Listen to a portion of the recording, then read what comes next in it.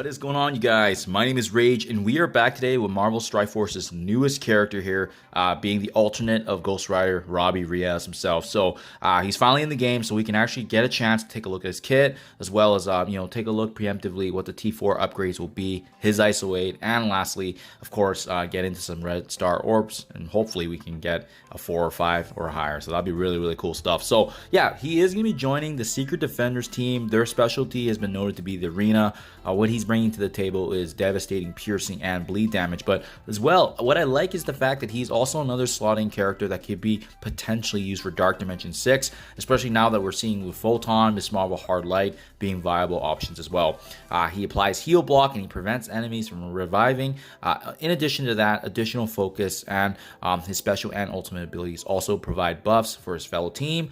And lastly, in the arena bonus specifically, he is going to be inflicting that dramatic trauma effect to ensure those negative debuffs do stick and cannot be cleansed. So having said that, guys, every time we have a new character unlocked, we must take advantage of the 15% increase, as you can see here. So this is already live in game. Let's double check that, but we're going to be opening those first, and as well then deep diving his kit. So first and foremost, let's take a look. I always like to now start with these Elite 4 Star Orbs, just because we get a higher chance, but as well, we can get the job done.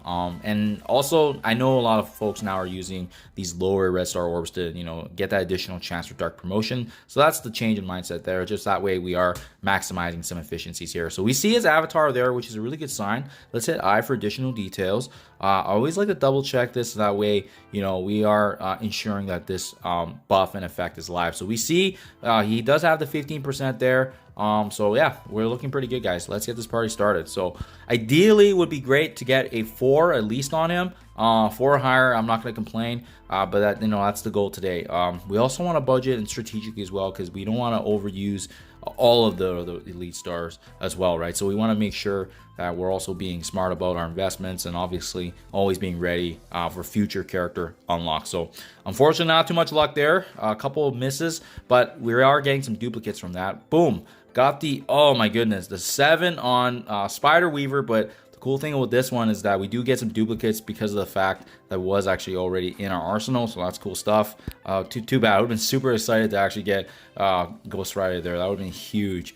Just seeing my my fellow alliance mate there get the 6 on Ghost Rider. Shout out to Minato. Great job, buddy. Okay, let's keep this going. Got the 4 on Shocker. Nothing so far. So let's see, how much did we use so far? So yeah, we still got 13. Let's try a couple more. Maybe we need to elevate this to a higher Elite 5, just because I've seen that, like, typically when my luck isn't going well for these ones, we switch over to another orb. It could potentially, give us that better luck there. 4 on Black Widow. So yeah, no luck, guys. So you know what?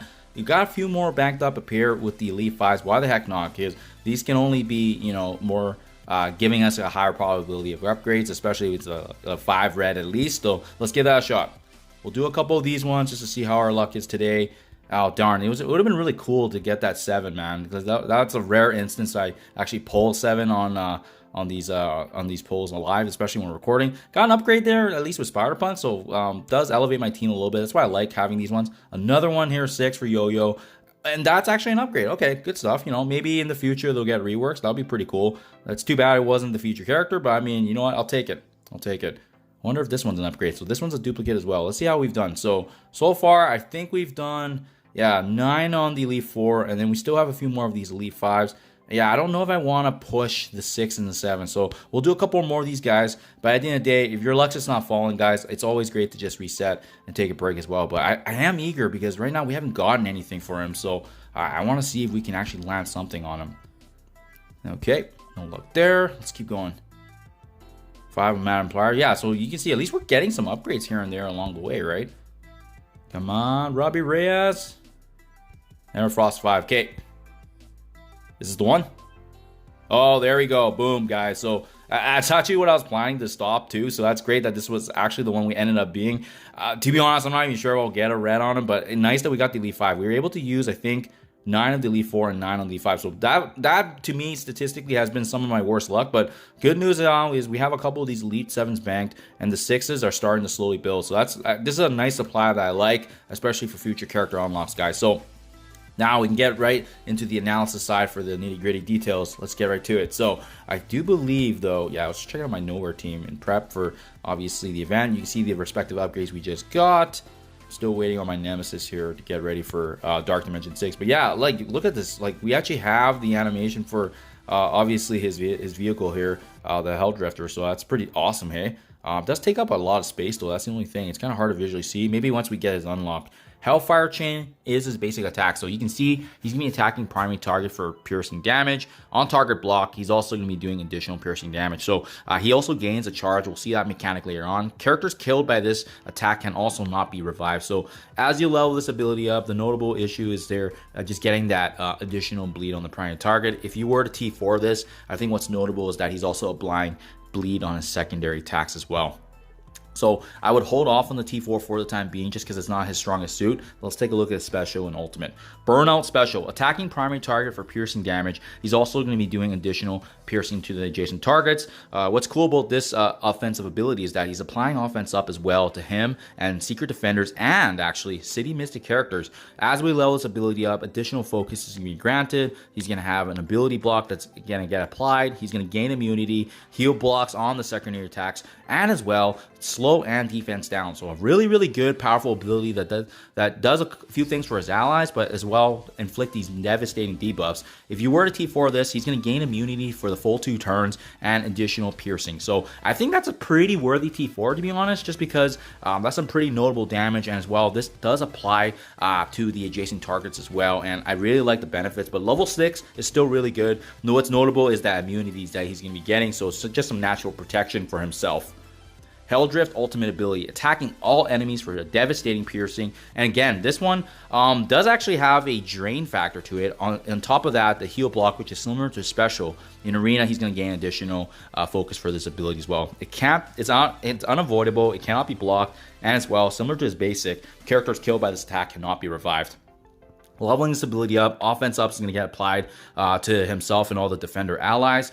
What's cool is, like, I wonder if that defender tag applies to both Secret Defender and Defender, because it's kind of vague there. The appeal block obviously lasting for 2 turns. Defense down is going to once again apply similar to special. The drain increases and additional bleeds. More specifically though, if you guys are planning to bring him into arena, that's when I would upgrade this ultimate, where that trauma is going to devastatingly be applied to all enemies, and a notable 3 bleeds for all enemies. So that's a big health drain on all the enemies as well, inflicting that devastating bleed, which can take a big chunk of their HP on their turn. For that reason, I definitely think his special and ultimate are worth T4ing, but more emphasis on the fact that his ultimate is going to get more value if you bring him in as a arena character. If not, I would stop at the level 6. Last but not least, Hot Rod is his passive. So whenever his allies are getting attacked, he's gaining charges. On any turn, if he has 5 or more charges, he's going to be attacking all enemies for 50% piercing. And as well, characters killed by this attack also cannot be revived, but then he does lose the 5 charges after that retaliation. So you can see here, when a bleed is actually applied to an enemy as well, he's gaining speed bar. So you really do want to maximize the bleeding then on this character kit, so that way he's gaining additional turn meter, getting the advantage over the enemy. The piercing damage is going to increase. He's going to also clear positive effects from enemies. He's going to be gaining additional focus as well, and providing that to the Secret Defender. If any turn he does have 5 or more, he's also going to now apply bleed, which gives him that turn meter increase, and as well disruption to all enemies, which I think is absolutely unbelievable, ensuring that they're not able to get those buffs, right? And then lastly, guys, the T4 here, lowering the resistance of all bio characters by 100%, and then also reducing the chance of a counter attack for all bio with immunity by 100%. So it ensures that these bio characters are pretty much shut down by having this opportunity of an upgrade. I think this is absolutely huge in the arena when there's some pretty notable bio characters. If you think about Red Hulk, he's definitely one of them that he can actually shut down. So that's absolutely huge, especially when we're thinking about how they're going to fit into that arena meta. So for sure, I think this one's definitely worth T4ing as well. And what I like about this T4 is the fact that it's not just arena. So special, his ultimate is passive, all worthy upgrades, guys. He is looking like a damage, a damage Iso-8 class. So with him being a blaster and mystic, there's a couple of things you can do with his abilities. I can see him definitely having viability both as a raider and as well as a striker. for a couple reasons. The rating is going to allow him to crit more, and in addition to that, he does have piercing, which means his scaling of his damage is going to really be expedited. On top of that, he's also going to be applying vulnerables if there's fellow strikers taking advantage. The argument for the striker as well is because of the fact that he does have these bleeds on secondary attack. So every time he's getting that secondary attack, he's applying the bleed, and then once again gaining that turn meter thanks to his passive. And as well, keep in mind he does gain charges as well. So I think I'm leaning more towards him being a striker than a raider, just because of his mechanic and the fact that he's going to be getting bleeds applied and then thus getting more turns over his enemies. So that's it for now, guys. I think that's where I'm leaning towards. Hopefully you guys have some better red star orbs. It took me quite a few to get a 5 red. Super happy. Good luck in your guys' opening. I'll keep you guys posted, as I am planning also on making a video on the upcoming Death Scourge here. Thank you as always, and I'll catch you guys in the next one.